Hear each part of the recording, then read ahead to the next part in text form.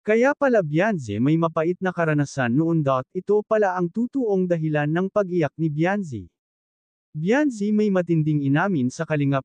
Ito ang pag-uusapan natin maya-maya lamang.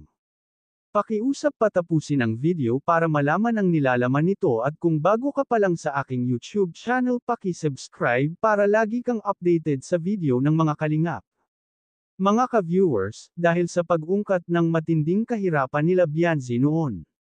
Ito talaga ang tutuong nagpaiyak kay Bianze. Ito ang karanasan na hindi niya malilimutan hanggang sa ngayon. Sariwang inalala ni Bianze ang karanasan niya nang wala silang makain at pilit siyang pinapa-utang sa tindahan ng kanyang ina. Iyon daw talaga ang hindi niya malilimutan habang buhay ang naging palautang siya sa tindahan. Kaya naman sa naranasan nilang kahirapan ni isang butil na bigas ngayon ay hindi nila sinasayang, talagang nag-iingat sila na walang masasayang na pagkain dahil nga ito sa sobrang kahirapan na dinanas nila noon.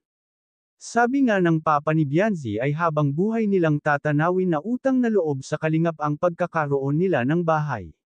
Dahil kung hindi dahil sa Kalingap ay baka daw tumanda na siya at mamatay, ay baka hindi pa sila magkaroon ng bahay na ganyan kaganda.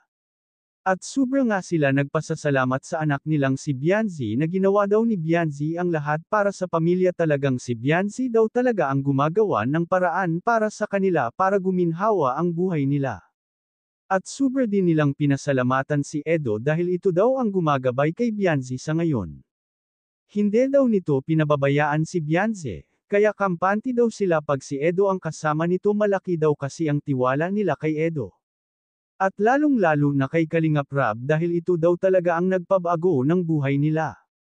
Kaya naman daw ay habang buhay silang tatano ng utang na loob sa mga Kalingap. Hindi daw nila ito makalimutan habang buhay sila, dahil ang mga Kalingap daw ang dahilan kung bakit naging magaan ang buhay nila ngayon. Hindi na daw sila nahihirapan at may magbibigay pa ng tindahan para sa kanila. Pinasalamatan din nila ang mga sponsor na tumutulong sa kanila. Hindi daw nila akalain na may mga sponsor na handang tumulong sa kanila kahit hindi naman daw sila masyadong kilala. Talagang may mga tao pa daw talaga na handang tumulong sa kanila.